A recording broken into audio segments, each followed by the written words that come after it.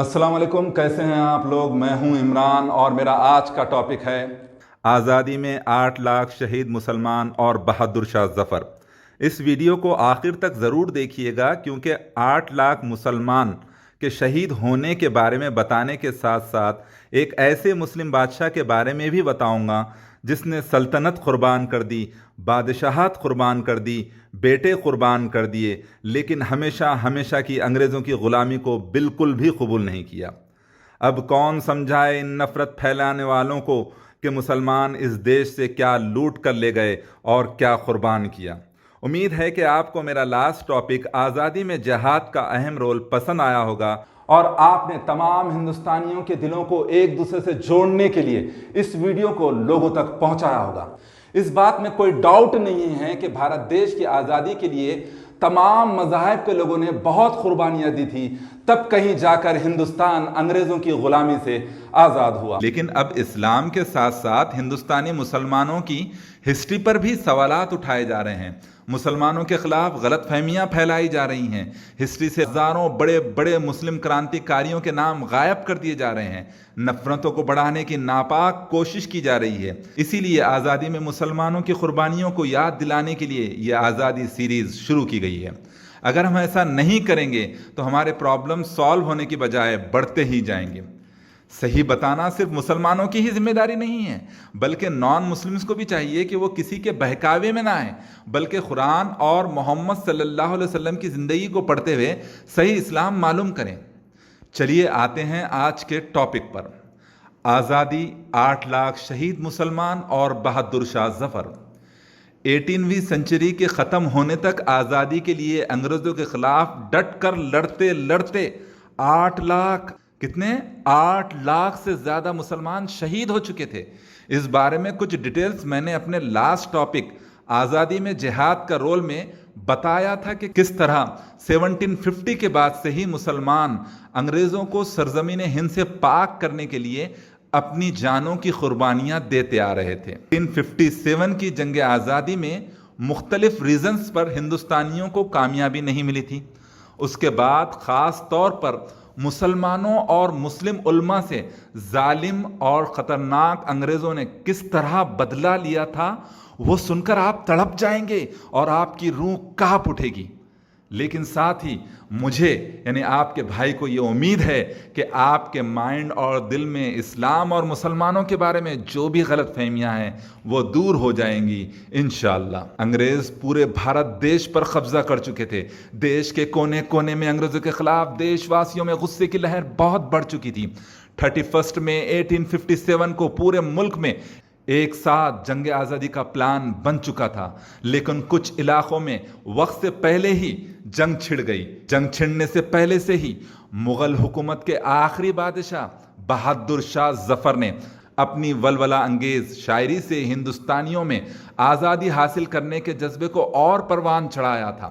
لوگ اب بھی آخری مغل بادشاہ کو ہی بادشاہت کا اہل سمجھتے تھے اور مغلیہ حکومت کے خلاف انگریزوں کی کامیابی کی خبریں ان کے دلوں میں تیر بن کر پیوست ہوتی تھیں۔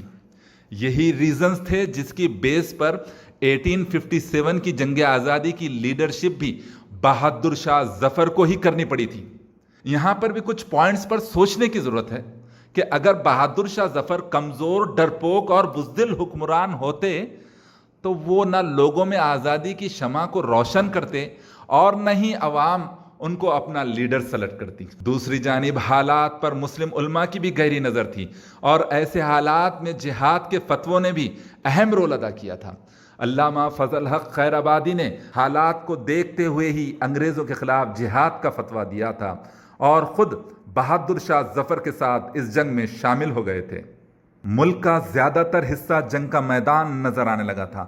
بہادر شاہ ظفر کی گرفتاری کے بعد جنگ آزادی کی آگ پورے ملک میں پھیل گئی تھی۔ گرفتاری کے بعد بھی ملک کی آزادی کے لیے بہادر شاہ ظفر کی کوششیں کم نہیں ہوئیں تو انگریزوں نے بہادر شاہ ظفر کے 4 بیٹوں کی گردنیں سر سے اڑا دیں اور انہیں بہادر شاہ ظفر کے سامنے پیش کر دیا گیا۔ ایک باپ کے لیے اپنے 4 بیٹوں کی دردناک موت ایک ایسا بہت بڑا غم ہوتی ہے جسے الفاظ میں بیان نہیں کیا جا سکتا، لیکن ہندوستانی عوام کی محبت اور اپنے ملک کو انگریزوں سے آزاد کرانے کی تڑپ نے بہادر شاہ ظفر کو ٹوٹنے نہیں دیا، اور وہ اپنے دشمنوں کے خلاف پہاڑ کی طرح مضبوط کھڑے رہے، اور جنگ آزادی کی لیڈرشپ کرنے کے بغاوت کے جرم میں بہادر شاہ ظفر کو رنگون یعنی برما موجودہ میانمار بھیج دیا گیا، اور بہادر شاہ ظفر آخری سانس تک یہیں رہے۔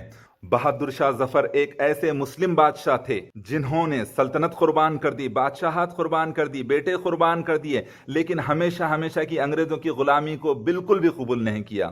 اب کون سمجھائے ان نفرت پھیلانے والوں کو کہ مسلمان اس دیش سے کیا لوٹ کر لے گئے اور کیا قربان کیا۔ علامہ فضل حق خیر آبادی کو سزا کے طور پر کالا پانی کی جیل ہو گئی۔ جب بہادر شاہ کو گرفتار کیا گیا تھا تو ایسے میں ایک عورت بیگم زینت محل آگے بڑھ کر آئی اور انہوں نے فوجیوں کو مختلف قسم کی گائیڈنس جاری کرنے کی کوشش کی تھی۔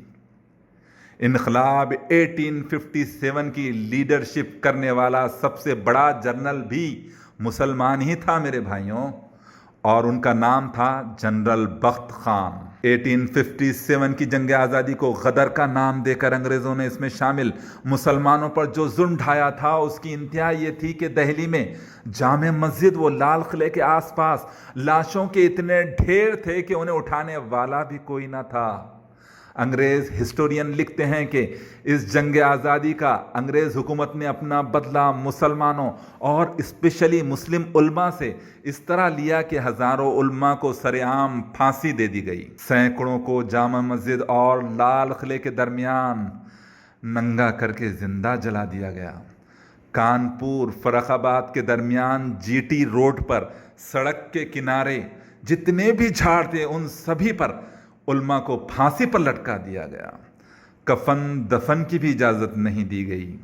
انگریزوں کا غصہ اس جنگ آزادی میں شامل مجاہدین یعنی مسلم فائٹرز اور سولجرز تک ہی لمیٹڈ نہیں تھا، بلکہ ان کے ریلیٹیوز، عورتوں اور بچوں تک کو گرفتار کر کے لال قلعے میں قید کر دیا گیا تھا۔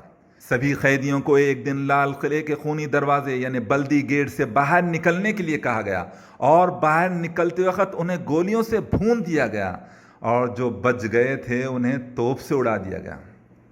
دیکھو میرے بھائیوں اور بہنوں، یہ وہی مسلمان تھے جن کے بارے میں آج غلط فہمیاں پھیلائی جاتی ہیں، جنہیں آج دیش دروہی کہا جاتا ہے، جن کے بارے میں غلط باتیں بتائی جاتی ہیں۔ میں انہی مسلمانوں کی ہسٹری سے آپ لوگوں کو واقف کرا رہا ہوں۔ 1857 کی جنگ آزادی کے دوران دہلی کے خوریز حالات کو مشہور شاعر غالب نے اپنے لیٹرز اور شاعری میں بیان کیا ہے۔ غالب کے ان لیٹرز کو آکسفورڈ یونیورسٹی نے غالب ہز لائف اینڈ لیٹرز کے نام سے پرنٹ بھی کیا ہے۔ ایک ہسٹورین پنڈت میورام گپتا نے اپنی کتاب مسلم مجاہدین یعنی مسلم فریڈم فائٹرز کے پیج نمبر 220 میں لکھا ہے کہ 1857 کی لڑائی میں 95,000 مسلم علماء کو انگریزوں نے پھانسی دی تھی۔ دہلی سے لے کر میرٹھ تک جتنے بھی درخت تھے ان تمام جھاڑوں پر پھانسی کی رسی لٹکائی گئی تھی، اور جو بھی عالم ملتا اسے وہاں لٹکا دیا جاتا تھا۔ 5 لاکھ مسلمانوں کا بے دردی سے قتل عام ہوا۔ دہلی پر فتح کے بعد مولانا اسیر نے انگریز مصنف ایڈورڈ ٹامسن کی کتاب تصویر کا دوسرا رخ کے حوالے سے لکھا ہے کہ چاندنی چوک ہی نہیں بلکہ شہر کے ہر چورستے پر پھانسی کی سولیاں لٹکا دی گئی تھیں۔ جو بھی مسلمان انگریزوں کے ہاتھوں لگ جاتا تو اسے ہاتھی پر بٹھا کر درخت کے نیچے لے جایا جاتا تھا۔ پہلے سے تیار پھانسی کا پھندا اس کے گلے میں ڈال کر ہاتھی کو آگے بڑھا دیا جاتا تھا۔ ذرا یہ منظر اپنے آنکھوں میں لائیے، کیسی تڑپ ہوئی ہوں گی، کیسا تڑپے ہوں گے یہ مسلم مجاہدین۔ لاش پھندے میں جھول جاتی، آنکھیں ابل پڑتی اور زبان منہ سے باہر نکل جاتی تھی۔ ایک انگریز عورت نے اپنی ڈائری میں لکھا ہے کہ ان پھانسیوں پر لٹک جانے والوں کی لاشیں تڑپ تڑپ کر انگریزی فیگر کا ایڈ بن جاتی تھی، اور کبھی یہ وحشتناک طریقہ اختیار کیا جاتا کہ کسی مسلمان کو توپ کے دہانے پر رسیوں سے باندھ کر توپ داغ دی جاتی تھی، جس سے پورے جسم کا گوشت بوٹی بوٹی ہو کر فضا میں اڑ جاتا تھا۔ انگریزوں کے خلاف مر مٹنے اور ہر طرح کی قربانیاں دینے کا یہ جوش اور جذبہ مسلمانوں نے انسانوں کی گائیڈنس کے لیے ایک اکیلے رب اللہ کی آخری کتاب قرآن اور آخری میسنجر محمد صلی اللہ علیہ وسلم سے سیکھا تھا۔ مسلمان جانتے ہیں کہ دنیا ختم ہونے کے بعد جب اللہ ہم تمام انسانوں سے حساب لے گا تو یہ پوچھا جائے گا کہ دنیا میں جس زمین پر میں نے تمہیں زندگی دی تھی وہ زمین پر رہنے والے لوگوں تک ایک اکیلے رب اور آخری میسنجر محمد صلی اللہ علیہ وسلم کا میسج پہنچانے کے ساتھ ساتھ پیس، برادرہوڈ، یونٹی کے لیے تم نے کیا کیا تھا۔ یہ سب بتانے کا مقصد یہ بھی ہے کہ تاریخ کو یاد رکھے اور کسی تاریخ بدلنے والے کو یہ ہمت نہ ہو سکے کہ وہ ہمارے ماضی سے کھلواڑ کر سکے۔ ہم تمام دیش واسیوں کو چاہیے کہ ہم اپنے دیش کی آزادی کو اور مضبوط بنانے کے لیے اپنے درمیان پیس، برادرہوڈ اور یونٹی کو بنائے رکھیں، تبھی ہم اپنے دیش کو آزاد رکھنے میں کامیاب ہوں گے۔ اسی لیے اس ملک کی بھلائی اسی میں ہے کہ پڑھو لکھو انسان بنو، تم بھارت کی پہچان بنو۔ اللہ میرے بھارت دیش کی حفاظت فرمائے، آمین۔